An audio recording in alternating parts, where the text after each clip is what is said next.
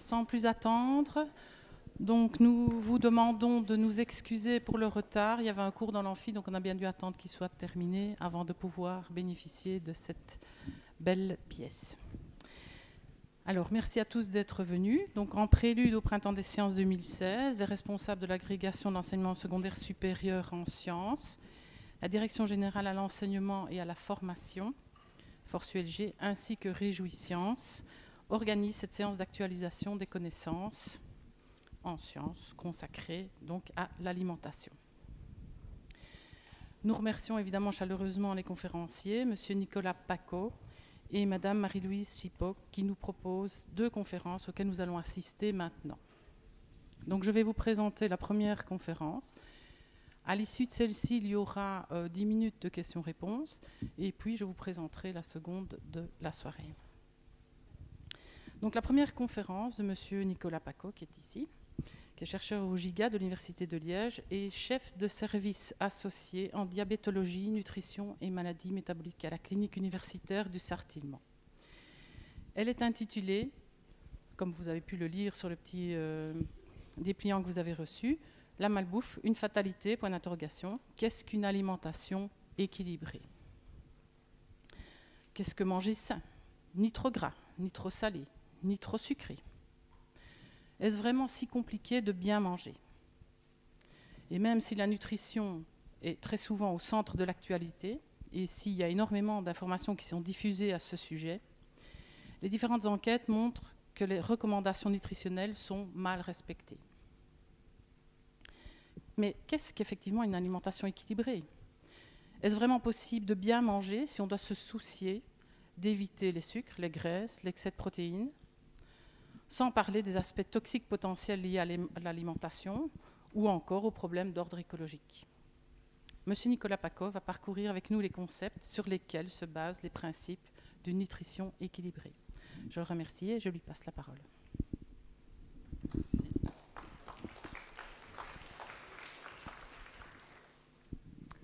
Bien, merci beaucoup. Merci aux organisateurs de m'avoir invité. En fait, je suis en train de me débattre avec la télécommande pour essayer qu'elle fonctionne, ce qui me permettrait de ne pas être vissé derrière le comptoir. Donc, je regarde juste une dernière fois, mais apparemment...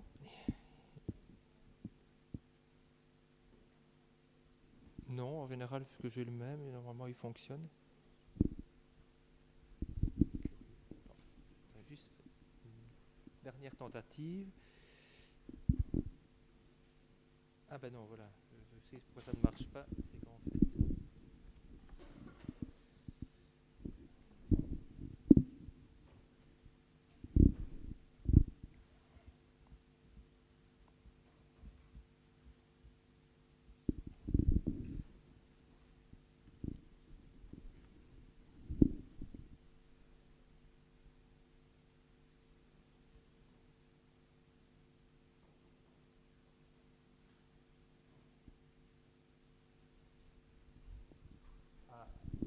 Voilà, super.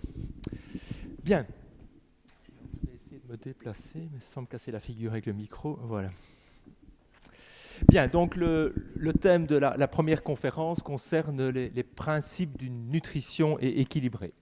Alors j'ai mis une alimentation équilibrée, point d'interrogation, parce que la première chose, et c'est d'ailleurs bien légitime, tout le monde parle de l'alimentation, et donc c'est compliqué, vous allez voir, vraiment d'établir ces principes-là. Alors, on en parle tous, hein, ce qu'on mange, il suffit de voir chaque semaine dans la presse, même tous les jours parfois, toute une série de concepts, est-ce qu'il faut manger du sucre, moins de sucre, plus de graisse, moins de graisse, tel type de graisse. La façon dont nous mangeons également est également débattue très très régulièrement. Tout ce qui concerne l'industrie agroalimentaire fait l'objet de multiples débats. Hein. Il suffit actuellement, j'imagine que plusieurs d'entre vous sont allés au cinéma voir le film Demain. Le premier chapitre du film, parce qu'il y a 6 chapitres, concerne tout ce qui concerne l'agroalimentaire.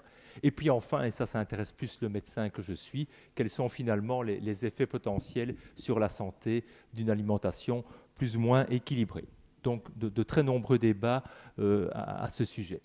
Alors, finalement, lorsque on reçoit en consultation, puisque je parle ici avec le point de vue du médecin, les personnes qui ne viennent d'ailleurs pas systématiquement pour les problèmes nutritionnels, on s'aperçoit que cette nutrition équilibrée devient presque une angoisse. Finalement, il faut manger sainement. Ça devient presque un dictat. Il faut absolument manger sainement. Mais finalement, comment est-ce qu'on fait pour manger sainement par rapport au flot d'informations que l'on reçoit? Par ailleurs, et c'est un peu le paradoxe actuel, nous sommes, et je parle ici pour la Belgique et les pays occidentaux, il y a encore de nombreux pays dans le monde où ce n'est pas le cas, nous sommes dans des sociétés d'abondance, alors que si on regarde l'espèce humaine en termes d'évolution, pendant l'immense majorité, pendant 99% de notre présence sur Terre, ce qui a été problématique pour les humains, c'était la pénurie. Et depuis maintenant quelques dizaines d'années, en tout cas dans nos sociétés, on est exactement face à une situation inverse, une société dite d'abondance. Et malgré le fait qu'on a finalement réglé peut-être notre plus grand problème qui était celui de la pénurie, toutes les questions demeurent par rapport à l'alimentation, je vous l'ai dit, concernant les aliments, leurs effets, leur mode de production, mais également par rapport à l'individu et à son comportement alimentaire. Et donc vous l'aurez compris, lorsque l'on parle d'une alimentation équilibrée, il y a bien entendu des aspects scientifiques et j'en aborderai certains. Il y a bien entendu les aspects médicaux, qu'est-ce qui est bon pour la santé et qu'est-ce qui l'est moins. Mais au-delà de ces aspects-là, il y a bien entendu des aspects sociologiques, j'en dirai quelques mots, psychologiques, politiques et même finalement philosophiques. Et donc ce que je vais vous donner ici comme information, d'abord on n'a pas énormément de temps, ce n'est pas vraiment une prescription d'une alimentation équilibrée, mais c'est plutôt partager avec vous quelques réflexions sur ce sujet tout à fait passionnant. Alors, pour introduire le sujet, finalement, quelles sont les fonctions essentielles, il faut quand même se rappeler de l'alimentation. La première, c'est évidemment l'apport énergétique. Vous savez que nous sommes des hétérotrophes, nous ne sommes pas capables de puiser notre alimentation, notre énergie à partir, par exemple, du soleil comme le font les végétaux, et que notre seule source énergétique, c'est l'alimentation et que nous avons besoin en permanence de cette énergie pour nos différentes fonctions, maintenir la température corporelle, les différentes activités biologiques et enfin l'activité physique. Premier rôle évidemment essentiel au niveau de l'alimentation. Fonction plastique également, entre l'être unicellulaire et l'adulte que nous devenons, il y a bien entendu toute cette croissance qui doit être soutenue par l'alimentation et même au-delà de la croissance, lorsque nous sommes des adultes, le renouvellement des tissus. Et puis enfin, un dernier paramètre, mais qui a évidemment une importance considérable dans l'alimentation humaine, c'est évidemment le rôle social qu'occupe l'alimentation. Je dirais tout lien social passe souvent par un repas, une invitation, et donc on ne peut pas évidemment faire abstraction de cela. Si on pense également à la problématique de l'alcool, c'est évidemment via en partie le rôle social qu'occupe la consommation d'alcool. Donc ça, on en discutera moins, mais c'est évidemment un point extrêmement important dans l'alimentation humaine. Alors de nouveau en termes d'introduction, lorsqu'on parle d'aliments et de nutriments, bien qu'on puisse quand même discuter de ces définitions, mais lorsqu'on parle d'aliments, bien entendu, c'est ce qu'on mange, c'est ce qu'on a dans notre assiette. Soit les aliments sont des mélanges de composés naturels, j'ai pris l'exemple ici d'une tomate, mais ça peut être n'importe quoi évidemment, soit évidemment, très régulièrement, ce qu'on trouve dans notre assiette, ce sont des composés fabriqués généralement par l'industrie alimentaire. Et en général, donc, les aliments sont composés de plusieurs nutriments. Et donc les nutriments, on peut finalement les définir comme étant les composés de l'alimentation, c'est les éléments qui vont être métabolisés.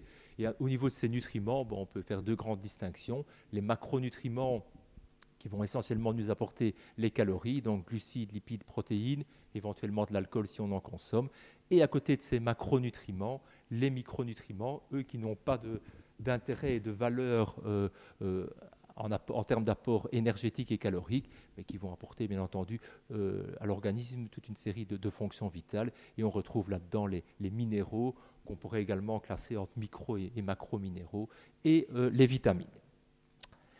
Bien, alors, pour discuter d'une alimentation équilibrée, inévitablement, on va discuter du poids, puisque un des rôles de l'alimentation, c'est de maintenir notre poids dans les limites de la normale, si tant est qu'elles sont faciles à définir. Et donc, pour maintenir un poids stable, là, on est évidemment avec des règles simples de thermodynamique, l'être humain n'y échappe pas, rien ne se perd, rien ne se crée. Il faut donc, pour maintenir un poids stable, que l'apport énergétique soit strictement égal à la dépense énergétique. L'apport énergétique, je l'ai dit, c'est uniquement notre alimentation. Nous n'avons pas d'autres sources d'énergétique. En ce qui concerne la dépense énergétique, là, on peut essentiellement déterminer 3 compartiments, 3 paramètres. D'une part, le métabolisme de base ou de repos, je vais y revenir. La chaleur dégagée, notamment ce qu'on appelle la thermogenèse alimentaire, la chaleur dégagée après un repas. Et puis, troisième point, l'activité physique. Et donc, si on reprend donc, cette dépense énergétique, on s'aperçoit finalement que ce qui est dépensé en termes énergétiques, eh bien, l'est essentiellement via le métabolisme de base. Donc le métabolisme de base, c'est ce qui nous permet de vivre, c'est-à-dire essentiellement, c'est maintenir les gradients cellulaires, c'est un petit peu d'activité physique, c'est un petit peu produire de chaleur, mais c'est essentiellement au niveau cellulaire le maintien des gradients. Et vous voyez que finalement, quasiment les 2/3, voire les 3/4 de notre dépense énergétique quotidienne, eh bien, c'est lié à ce métabolisme de base que l'on peut relativement facilement calculer lorsqu'on connaît l'âge d'un individu, son sexe, son poids et sa taille. Eh bien, on connaît généralement ce qu'on appelle la masse maigre, c'est-à-dire la masse qui va déterminer ce métabolisme. Et bien entendu, à ce niveau-là, la masse musculaire a un rôle important. Plus on a une masse musculaire importante, plus ce métabolisme de base ou de repos sera important. Et donc ça, c'est un point important parce que finalement, on n'a pas beaucoup de prise sur ce métabolisme de repos, si ce n'est via une augmentation de notre masse musculaire. Et donc le reste, les 25-30% qui restent, je vous l'ai dit, c'est ce qu'on appelle la thermogenèse alimentaire. Donc je vous l'ai dit, on doit maintenir stable notre température corporelle. Maintenant, il faut bien dire que, en tout cas dans nos sociétés, on dépense finalement peu d'énergie pour maintenir notre température corporelle stable, finalement, puisque quand il fait froid, on est dans des locaux chauffés et on s'habille plus chaudement. Donc ça ne change pas beaucoup. Ce qui va expliquer ce dégagement de chaleur, c'est en fait essentiellement lié à l'alimentation. C'est-à-dire lorsqu'on s'alimente et lorsqu'on digère et qu'on métabolise les glucides, les lipides et les protéines, qu'on les absorbe et qu'on les stocke, tout ça entraîne une dépense d'énergie et donc un certain dégagement de chaleur. Et c'est plus ou moins 10 à 15% de notre dépense énergétique quotidienne. Et le reste, c'est l'activité physique. Et vous voyez que ce n'est pas grand-chose. 12%, c'est peut-être un peu mais c'est... En tout cas, chez quelqu'un de normalement sédentaire, et je pense que c'est la majorité d'entre nous, c'est le cas, c'est entre 15 et 20%. Alors pour passer au-dessus de ces 15 et 20%, il faut déjà avoir une activité physique importante, soit être un grand sportif, soit être un travailleur de force pour monter à des 30-40%. Mais en général, on est tous plus ou moins autour de 20%. Et donc, je le répète, c'est ce métabolisme de base qui va constituer la plus grande partie.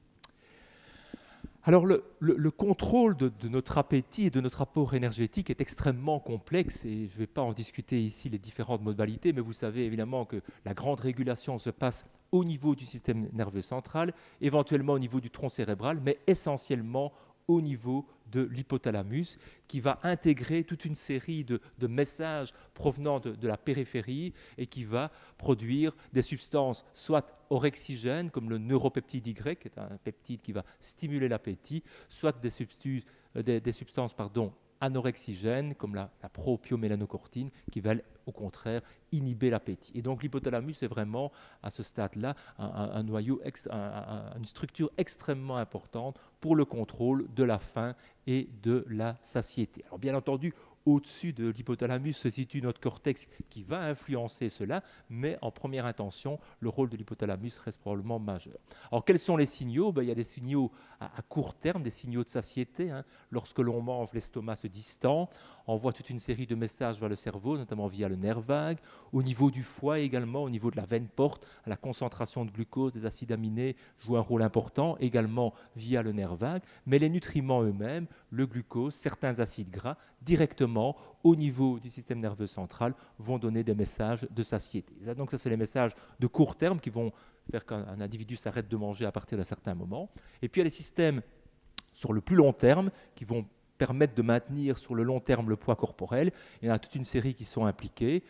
Un qui est plus récemment connu, qui est la leptine. Vous savez que la leptine, c'est une hormone qui est produite par le tissu adipeux et qui est produite proportionnellement à la quantité de tissu adipeux. Donc plus on a de tissu adipeux, plus on produit de leptine, et moins on a de tissu adipeux, moins on en produit. Et donc la leptine agit essentiellement au niveau de l'hypothalamus pour inhiber la production de ce peptide orexigène dont je vous ai déjà parlé, qui est le neuropeptide Y. Donc à partir du moment où le tissu adipeux augmente, on a une augmentation de production de leptine qui va inhiber le neuropeptide Y, et donc on va avoir moins faim, et donc il y a cette boucle de régulation qui s'établit. Alors chez l'animal, c'est très simple. Si on prend des souris de laboratoire et qu'on les rend déficientes en leptine, elles deviennent immédiatement obèses. Chez l'homme, malheureusement, c'est beaucoup plus complexe et la leptine n'explique pas tout. Un deuxième signal extrêmement important, c'est l'insuline elle-même. L'insuline est un facteur sur le long terme qui va également réguler la prise alimentaire et qui va essentiellement l'inhiber de nouveau via le neuropeptide Y. Mais il y a bien sûr toute une série d'autres facteurs qui sont impliqués et la régulation des voies de l'appétit est extrêmement complexe. Bien, alors j'en arrive maintenant à notre fameuse alimentation équilibrée. Alors, quels sont finalement les principes d'une alimentation équilibrée? Donc là, j'ai repris ici les recommandations du Conseil supérieur de la santé en Belgique. En fait, il y a 3 objectifs. Premier objectif, c'est évidemment de prévenir tout ce qui est carentiel, puisqu'il y a toute une série de nutriments essentiels, notamment au niveau des micronutriments. Dans les macronutriments, il y en a beaucoup moins. Il y a finalement 2 acides gras, autrement tout le reste, et 8 acides aminés essentiels, autrement quasiment tout le reste, on peut le synthétiser. Mais au niveau des micronutriments, il y a évidemment un rôle très important de la nutrition. On doit absolument les manger, sinon il y a des carences. Donc prévenir les maladies carentielles, sachant qu'un aliment ne fournit à lui seul tous les nutriments essentiels, ce qui signifie, et vous le savez, que la diversification est une clé d'une bonne alimentation à différents points de vue. Heureusement, je dirais, dans nos pays, on a relativement peu de maladies carentielles, quoique on en trouve encore, même dans l'obésité. Enfin, ce n'est pas le problème majeur. Ce qui nous pose le plus de problèmes ici, bien entendu, c'est la deuxième partie, c'est évidemment prévenir les maladies dites de civilisation, qui sont liées à une alimentation excessive et où l'alimentation joue un rôle important, notamment en termes de maladies cardiovasculaires, d'obésité, d'hypertension artérielle, de diabète de type 2, certains cancers, comme vous le savez, ou encore des éléments moins importants, mais quand même importants, comme les caries dentaires. Et donc là, évidemment, le rôle des partenaires de santé est plus important au niveau de ce deuxième point. Et puis, troisième objectif de cette alimentation équilibrée, c'est de satisfaire aux recommandations nutritionnelles, donc recommandations qui sont établies par les différentes sociétés scientifiques, européennes, américaines, qui évoluent par ailleurs. D'ailleurs, c'est ce qui donne un peu de complexité à la chose, puisque si on prend le problème du sucre, si vous regardez au cours des 40 dernières années, on a quasiment dit tout et son contraire sur le sucre. Les graisses, c'est un petit peu pareil. Et donc, ces recommandations nutritionnelles évoluent, et c'est normal, puisque c'est des recommandations qui sont basées sur de la science, et la science, ce n'est pas un dogme, vous le savez, ça évolue, mais évidemment, ça contribue au niveau du grand public à rendre les choses un petit peu plus complexes, parce qu'on entend parfois des choses qui sont extrêmement divergentes. Alors, les apports énergétiques préconisés, donc là, je vous donne des apports tout à fait moyens, qui sont vraiment dans une population moyenne, mais qui, comme toutes les moyennes, sont peu valables à l'échelon individuel. Vous voyez que si vous êtes un homme de 75 kg, et si vous êtes un adulte, c'est plus ou moins, votre apport énergétique est plus ou moins de 2500 kcal. Maintenant, c'est sûr que si vous avez une activité physique bien plus importante, on peut monter beaucoup plus haut. Si vous prenez par exemple un coureur du Tour de France, il dépense entre 6000 et 8000 kcal par jour, donc s'il mange que 2500 kcal, il ne terminera pas le Tour de France. Donc là, bien entendu, il faut manger bien plus. Je prends ici le cas je pense, de la majorité d'entre nous. Vous voyez que pour les femmes, on est un petit peu en dessous, tout simplement parce que, de nouveau, en moyenne, la masse maigre de la femme est moins importante que l'homme, tout simplement parce que sa masse musculaire est moins importante. Et donc, comme la masse maigre est moins importante et cette masse maigre détermine le métabolisme de base dont je vous ai parlé, qui reprend 75% de notre dépense énergétique, en moyenne en tout cas, la femme a des besoins énergétiques un petit peu moins importants. Vous voyez qu'au fur et à mesure, on va prendre de l'âge, mais les besoins vont plutôt diminuer, entre 60 et 74 ans et au-delà de 75 ans. Et de nouveau, c'est essentiellement pour une raison de composition corporelle, puisqu'au fur et à mesure, on va prendre de l'âge, mais généralement, on va perdre du muscle et prendre de la graisse, et donc nos besoins énergétiques diminuent. Mais de nouveau, je répète ceci, ce sont des valeurs extrêmement générales. Premier point peut-être important et qui vous intéressera, c'est le rôle de la restriction calorique. Donc je ne vais pas parler ici du jeûne, on pourra en discuter, des personnes qui font des jeûnes thérapeutiques 1 jour par semaine ou 1 ou 2 jours par mois, ou même des jeunes dans le cadre de prise en charge de maladies sévères comme le cancer. Donc ça, c'est un autre problème. Mais même la restriction calorique est mise souvent en évidence, c'est de dire finalement, est-ce qu'on n'a pas intérêt à se mettre systématiquement 10 ou 20% en dessous des calories préconisées. Alors il y a quand même du sens là-dessus. Je vous montre ici toute une série de données d'abord expérimentales, donc au niveau cellulaire. Et donc vous avez ici le nombre de divisions cellulaires d'une cellule placée dans un milieu normal, et là où on a établi une certaine restriction calorique, et vous voyez que le pourcentage de division est nettement accru. Si vous passez chez le ver, on retrouve exactement la même chose. Chez l'insecte, vous voyez que c'est à nouveau pareil. Et chez le rat, donc on se rapproche, un mammifère, on se rapproche de l'espèce humaine, on voit également que si l'on soumet un rat ou une souris à une restriction calorique, eh bien sa durée de vie augmente de façon assez nette. Donc j'ai repris les valeurs sur la diapositive suivante. Donc chez le rongeur, donc 40% de restriction calorique, donc c'est déjà quand même assez important, eh bien on arrive à une longévité d'environ 25% en plus. Donc là, clairement, et ça c'est bien démontré, en tout cas au niveau de l'aliment d'expérience, et il y a toute une série de données bien claires là-dessus, la restriction calorique est intéressante. Maintenant, ce qui nous intéresse, c'est de voir ce qui se passe chez l'homme. Donc, avant d'arriver chez l'homme, on peut passer chez le primate, qui nous ressemble relativement, et notamment dans une espèce de primates qui sont des singes, le rhesus monkey, qui est extrêmement proche d'un point de vue métabolique de l'homme. Et donc là, il y a toute une série de groupes, notamment aux États-Unis, qui étudient, et sur le très long terme, ces singes, et notamment le groupe de Coleman a publié, vous voyez, en 2009, et puis... oui, c'est en 2009, pas en 2014, c'est une petite erreur. En 2009, un papier assez intéressant où ils avaient donc réussi, c'était comme une performance, à restreindre d'un point de vue calorique ces gorilles, ces singes, sur une durée de 20 ans. Donc il y avait un groupe témoin qui mangeait ad libitum et puis un groupe de rhesus monkey qui était en restriction calorique d'environ 20% de restriction calorique. Et donc on voyait que la survie était nettement améliorée après 20 ans chez les singes, les gorilles qui étaient en restriction calorique, puisqu'on avait 80% de survie dans ce groupe-là contre 50% seulement dans le groupe qui n'avait pas bénéficié de la restriction. Et ce qu'on voyait essentiellement, en fait, c'était les pathologies liées à l'âge, comme on les appelle, comme le diabète, les maladies cardiovasculaires, les cancers, qui étaient très, très, très nettement retardés. Donc là, c'est quand même un élément, je pense, encore plus probant. Alors maintenant, qu'en est-il chez l'homme? Bien entendu, on n'a pas des études à très long terme et à 20 ans où on impose des restrictions caloriques. Je crois que les comités d'éthique ne le permettraient pas. N'empêche, il y a quand même quelques études à plus court terme, entre 2 et 6 ans, je ne les montre pas ici, mais qui vont également dans le même sens et qui montrent que d'imposer une certaine restriction calorique favorise plutôt, en tout cas diminue l'apparition d'une série de maladies. Et puis ce qui est plus intéressant, c'est les études observationnelles, qui sont évidemment moins fortes que les études d'intervention, mais qui sont quand même indicatives. Alors, vous voyez qu'il y a des populations américano-japonaises, donc en fait, c'était des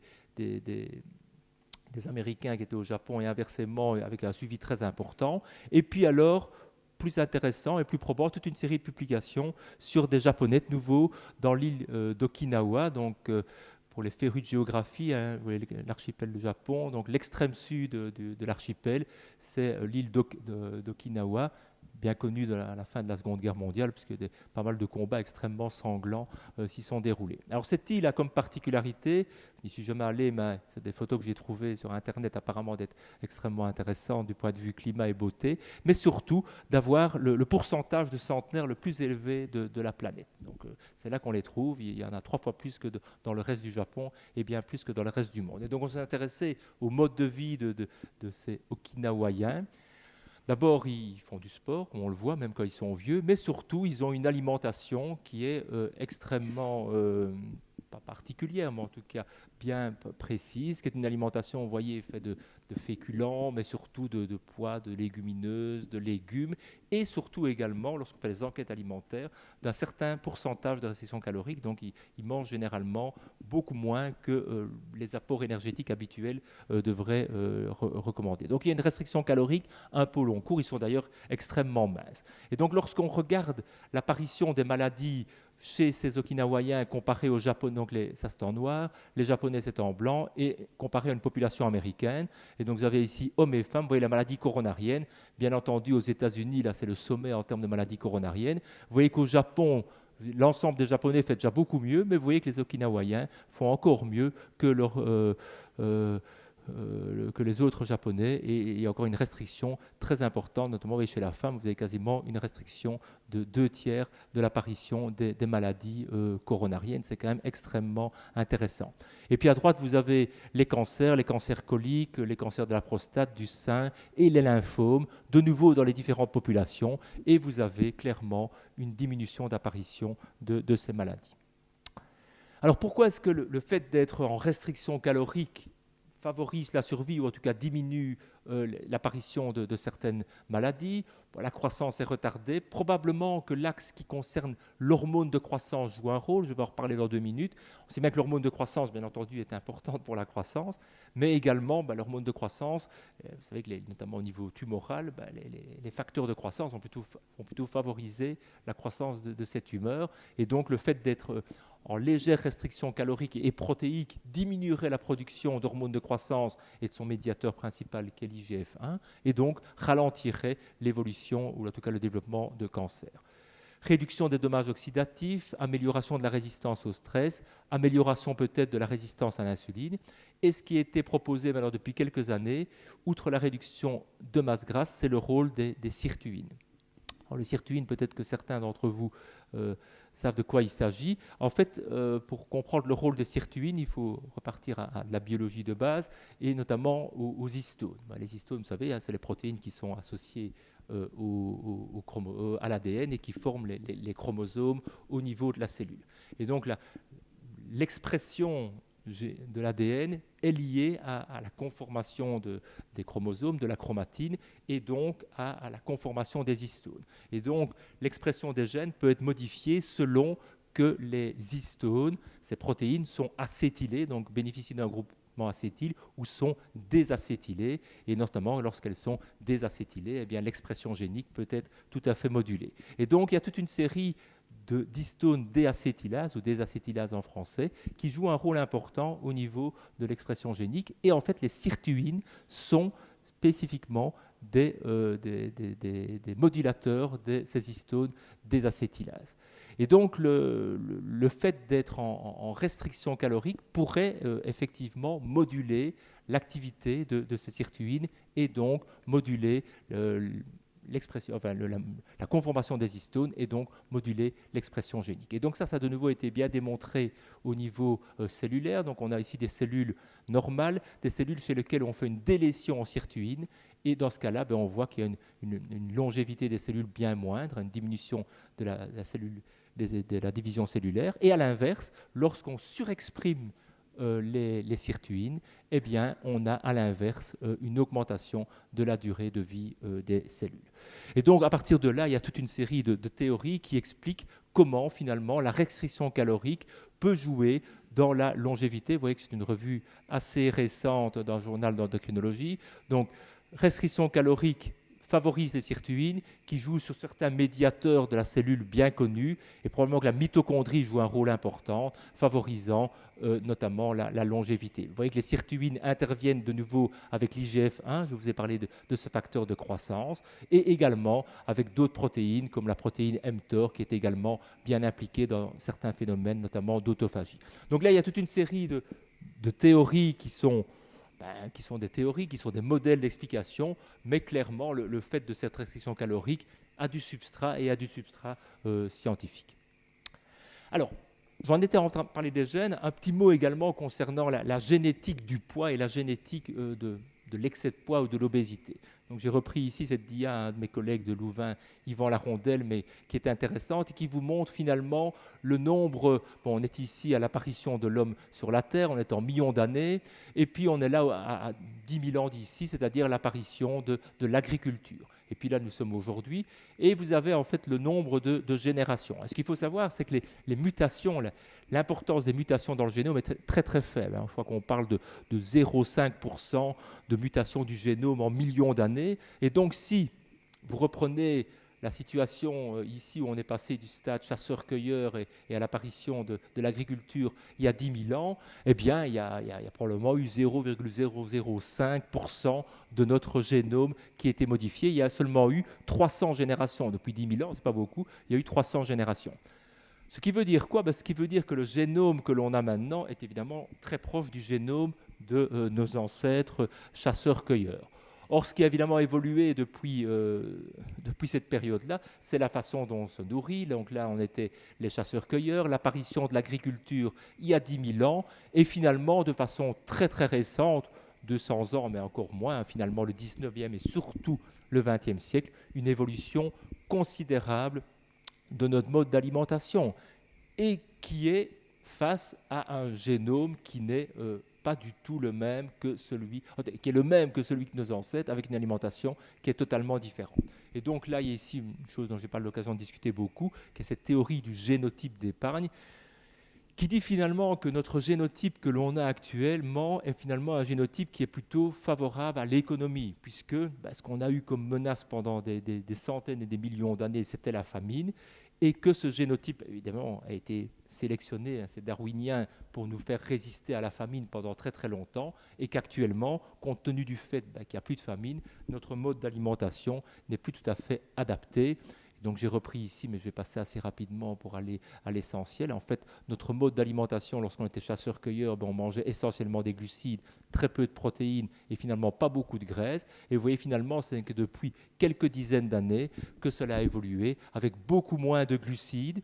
Et dans ces glucides, l'apparition des sucres simples, ici en bleu, et surtout, deuxième grande modification, l'augmentation considérable de la consommation des graisses, qui était finalement assez faible pendant très longtemps, 20%, et qui est passé au moins à 35-40%. Et donc ceci vous montre exactement la même chose, donc évolution des apports énergétiques en France depuis le XVIIIe siècle jusqu'à l'an 2000. Et vous voyez que là, on était à quasiment à 70% des calories sous forme de glucides, c'est tombé autour de 40%, et surtout une augmentation considérable des lipides. Bien, alors, je vous ai parlé des aspects énergétiques. Maintenant, quels sont les aspects qualitatifs? Donc, j'ai repris ici les dernières recommandations du Conseil supérieur de la santé qui datent de 2009 et l'enquête de consommation, la dernière grande enquête de consommation qui date de 2004. Donc, vous voyez que théoriquement, il faudrait manger entre 50 et 55% de calories sous forme de glucides, 10 à 15% sous forme de protéines et le reste aux alentours de 30-35% sous forme de lipides, en essayant surtout de diminuer les graisses saturées, essentiellement les graisses animales, mais pas uniquement, augmenter fortement les graisses monoinsaturées, l'huile d'olive, l'acide oléique, 15%, 10%, au-delà de 10%, mais on peut facilement monter jusqu'à 15 ou 20%.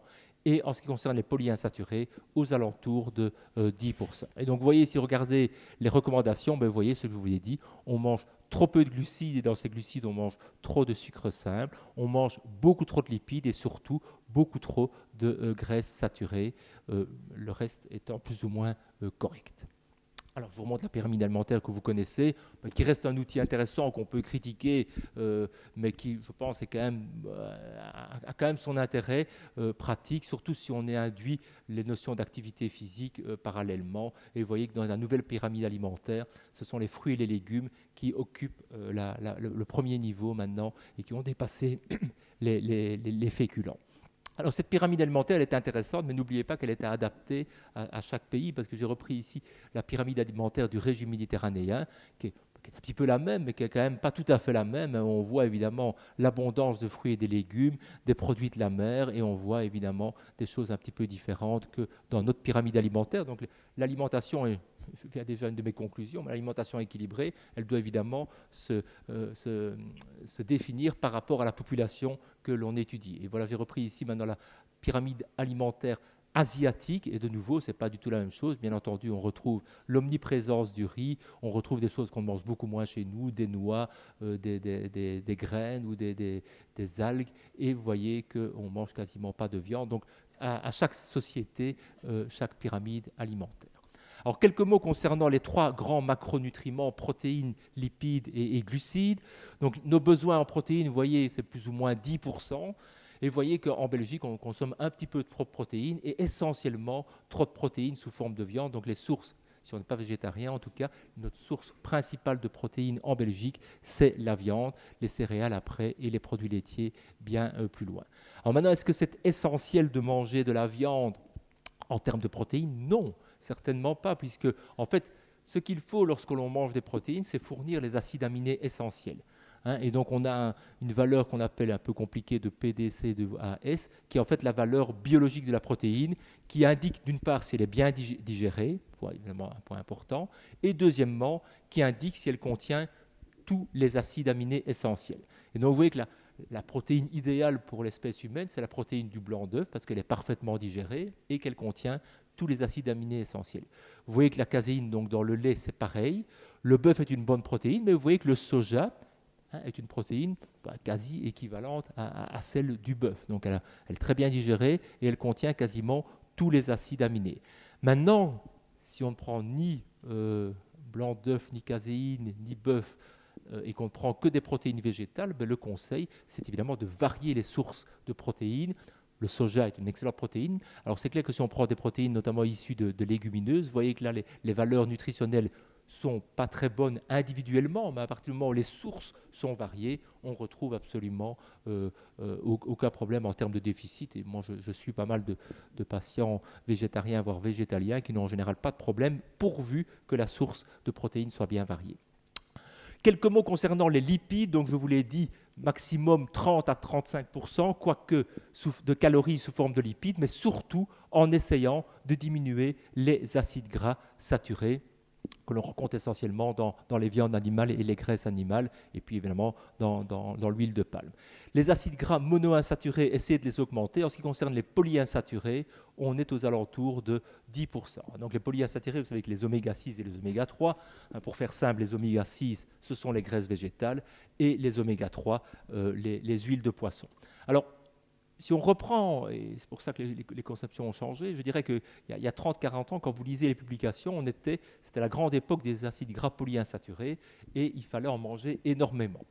Et puis on est un petit peu revenu en arrière, parce qu'on s'est aperçu que si on mangeait énormément d'acides gras polyinsaturés, c'était peut-être pas si bon que ça, puisque ces formes polyinsaturées sont particulièrement oxydables et peuvent favoriser toute une série de désordres, notamment en termes cardiovasculaires, voire même en termes de cancer. Et donc on est retombé aux alentours des 10% des calories. Alors pourquoi est-ce qu'il y a eu cette grande attention sur les polyinsaturés? C'est parce qu'en observant ce que mangeaient les Esquimaux, et notamment les Inuits, et puis on s'est aperçu qu'ils mangeaient énormément de poissons, énormément d'acides gras polyinsaturés, et quasiment 20% de leurs calories, voire même plus, étaient fournis par des acides gras polyinsaturés, oméga 3.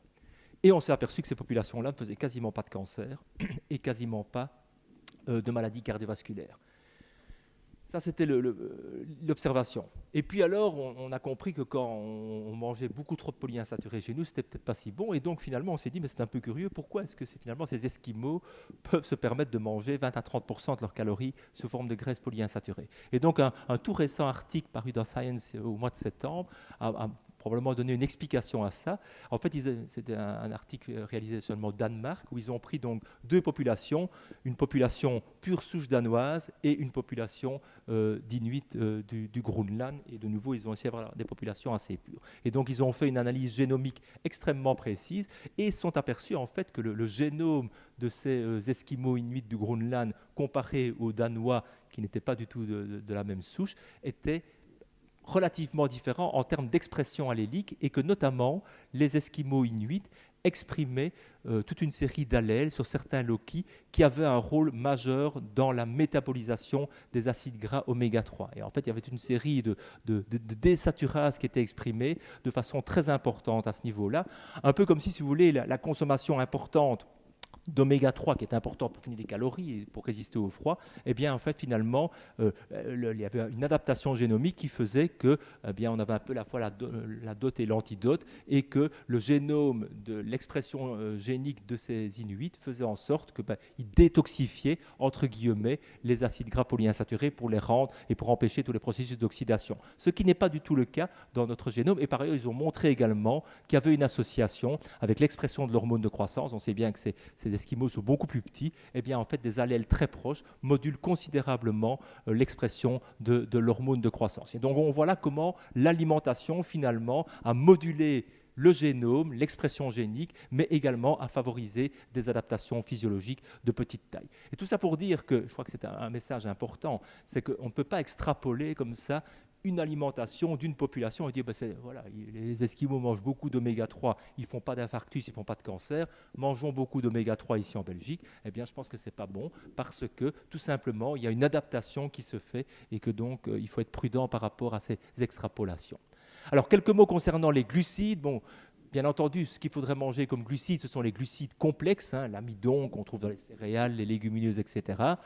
Ce qu'il faudrait plutôt diminuer, c'est les sucres simples. Alors le problème des sucres simples, il y a bien sûr des sucres simples, entre guillemets, naturels et bons pour la santé, notamment le sucre du fruit, le fructose, les produits laitiers, le miel. Ce qui nous pose problème actuellement dans notre alimentation, ce sont évidemment les sucres ajoutés, puisque finalement, hein, on considère que les sucres simples ne devraient pas dépasser 10% de notre apport alimentaire, je vais y revenir.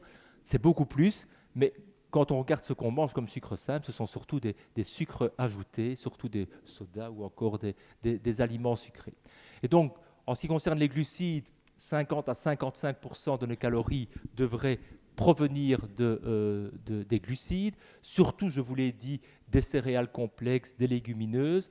En ce qui concerne les sucres simples provenant des fruits essentiellement, ben là, finalement, les sociétés ne se prononcent pas vraiment, hein. Ils les englobent là-dedans. Là où les sociétés scientifiques sont plus claires, c'est les sucres ajoutés. Donc là, les sucres ajoutés, ils disent c'est maximum 10% de l'apport énergétique total. Donc les sucreries, les sodas, c'est maximum 10%. Mais les sucres simples, qui sont pourtant un petit peu les mêmes, bon, on ne sait pas très bien à quel point ils peuvent être incorporés et ça mériterait d'être discuté.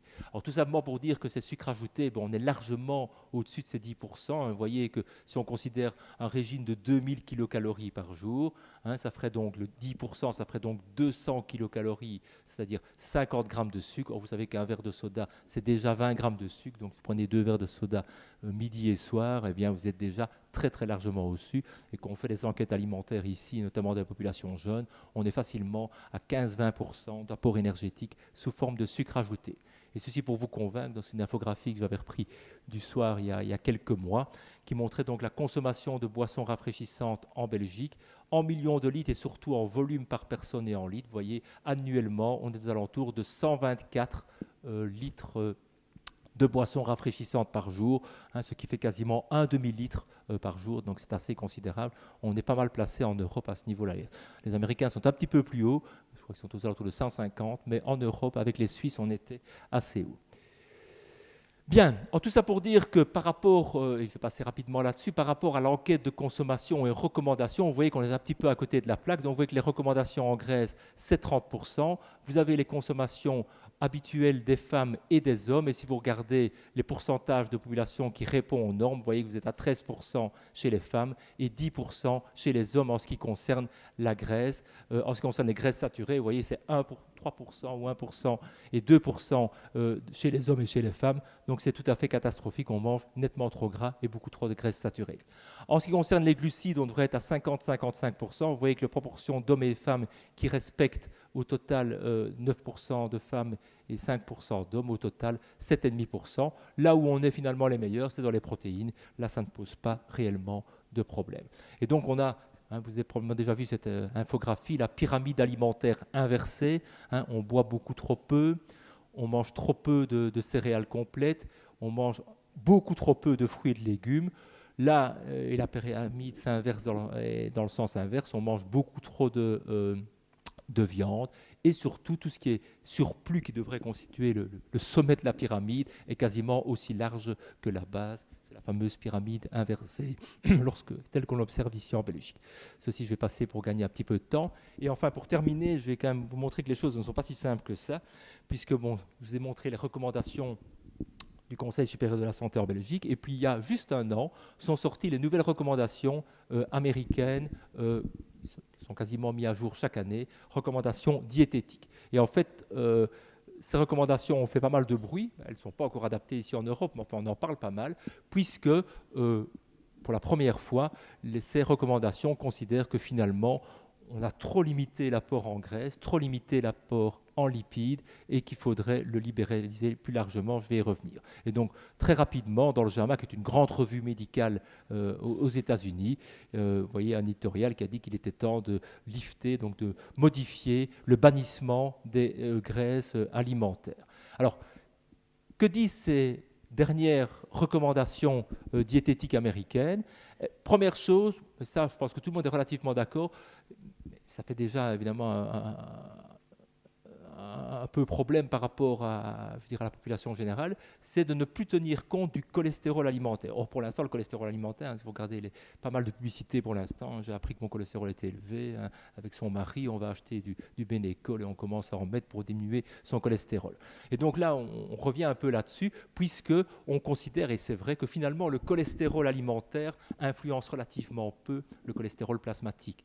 Hein, le cholestérol alimentaire, finalement, bon, il intervient dans une certaine partie, mais surtout les graisses saturées qui vont modifier le niveau de cholestérol plasmatique. Et le cholestérol alimentaire, finalement, n'a pas énormément d'importance. Donc là, tout le monde est relativement d'accord, mais bon, c'est vrai que c'est un message un peu difficile à faire passer de la population. Là où, évidemment, je dirais l'apport est un peu nouveau, c'est que les Américains considèrent qu'il ne faut plus limiter la quantité de lipides dans l'alimentation. Or, depuis maintenant plusieurs dizaines d'années, on nous serine en disant 30-35% de graisse, c'est un maximum. Ici, ce n'est plus le cas. Et eux considèrent qu'il faut plutôt favoriser ce qu'ils appellent les aliments sains, c'est-à-dire les fruits et les légumes, bien entendu, les céréales complexes, mais surtout les produits de la mer, les légumineuses et les produits laitiers. Alors, comment est-ce qu'ils sont arrivés à ces conclusions-là? En fait, par l'observation, ils disent, voilà, aux États-Unis, depuis maintenant quasiment 50 ans, on est sous le régime low fat, high carb, donc très peu de graisse et beaucoup d'hydrates de carbone. Il n'y a aucune réduction des affections cardiovasculaires avec cette réduction de lipides. Il n'y a pas de réduction de cancer, il n'y a pas de réduction de diabète, il n'y a pas de réduction d'obésité. Donc finalement, ça ne marche absolument pas. Et au contraire, ils disent finalement limiter les lipides totaux, ça réduit également les bons acides gras polyinsaturés, les noix, les huiles végétales et les poissons. Surtout, lorsqu'on réduit les lipides totaux, on va augmenter les glucides, mais pas tellement les bons glucides, c'est-à-dire les glucides raffinés, céréales petit déjeuner, etc., et les sucres ajoutés. Et par ailleurs, troisième effet pervers de cette réduction de lipides, ça décourage finalement l'industrie de mettre au point des produits avec des lipides sains. Et donc, leur recommandation, c'est qu'il faut augmenter la consommation de lipides sains et même de protéines, et ça on peut en discuter, et surtout limiter la consommation des céréales raffinées et des sucres ajoutés. C'est un peu maintenant leur grand cheval de bataille. Et surtout des glucides raffinés, puisqu'on sait que cette consommation est excessive chez quasiment la majorité des Américains, notamment sous forme de pain blanc, de riz blanc, de chips, de céréales ou encore de crackers. Donc ça, c'est des recommandations aux États-Unis. Elles ne sont pas encore arrivées ici en Europe, mais probablement que l'idée va faire son chemin et que donc après avoir banni les graisses pendant plusieurs décennies, on va probablement revenir au bannissement des glucides et des sucres. Vous voyez, toute une histoire de balancier. Alors maintenant, qu'est-ce qu'il faut penser de ce type de régime? Est-ce qu'il faut mieux un régime pauvre en graisse, riche en hydrates de carbone ou l'inverse? Ça reste l'éternelle question. Je vous montre quand même pour votre intérêt une étude toute récente mais extrêmement intéressante, donc dans un grand journal de cardiologie américain. Alors en fait, c'est une étude intéressante parce que c'est une étude prospective sur un très grand nombre de sujets ayant duré longtemps et qui est une étude randomisée. Et donc, c'est extrêmement rare en nutrition. Alors, qu'est-ce qu'on a randomisé? En fait, on a pris des patients, des sujets, et on a en fait substitué des acides gras saturés par autre chose. Donc, on a substitué 5% de leur consommation d'acides gras saturés qu'on a remplacé par autre chose. Et vous avez ici donc la ligne ici au milieu. À gauche, c'est une amélioration des maladies cardiovasculaires, notamment coronarienne, et à droite, c'est une aggravation. Donc, qu'est-ce que vous voyez? Lorsque vous remplacez environ 5% des calories apportées par des graisses saturées par autre chose, si vous apportez des trans, ce n'est pas une bonne idée, mais vous voyez que si vous remplacez les acides gras saturés par des acides gras monoinsaturés, on réduit les maladies cardiovasculaires. Par les polyinsaturés, on réduit aussi, mais vous voyez également, et c'est intéressant, que si l'on substitue ces graisses saturées par des hydrates de carbone, mais des hydrates de carbone complexes, donc des glucides non raffinés, on améliore également très nettement, on diminue significativement la mortalité cardiovasculaire. Donc vous voyez que le débat reste encore bien vivant entre les graisses et les sucres, et que chacun a son avis. Donc pour conclure, l'alimentation équilibrée, vous comprendrez que c'est difficile à définir. On pourrait dire que c'est une alimentation certainement qui doit avoir une haute valeur nutritionnelle, qui doit être en accord avec les recommandations, tout en sachant que ces recommandations évoluent, mais également qui doit être variée, qui doit être plaisante, mais qui doit être accessible, on n'a pas du tout discuté de ça, qui doit être écologique, j'en ai pas discuté, mais c'est un point extrêmement important, et j'ai mis 3 petits points parce qu'on peut évidemment mettre beaucoup d'autres items. Et donc, je pense qu'une alimentation équilibrée, c'est très difficile à établir, surtout à l'échelon global, voire impossible, parce que ça peut varier, je vous l'ai montré, en fonction des cultures et des sociétés, mais également des époques, mais surtout, ça varie évidemment en fonction des individus, et je pense qu'il faut absolument tenir compte de chaque individu par rapport à ça. Et je crois qu'une des conclusions également, c'est qu'il faut éviter les dogmes et les dictats nutritionnels. On a déjà eu le politiquement correct, et maintenant on est un peu dans le nutritionnellement correct, une espèce de terrorisme qui voudrait nous imposer ce qu'il faut manger et ne pas manger. Et je pense que ça, c'est une grave erreur.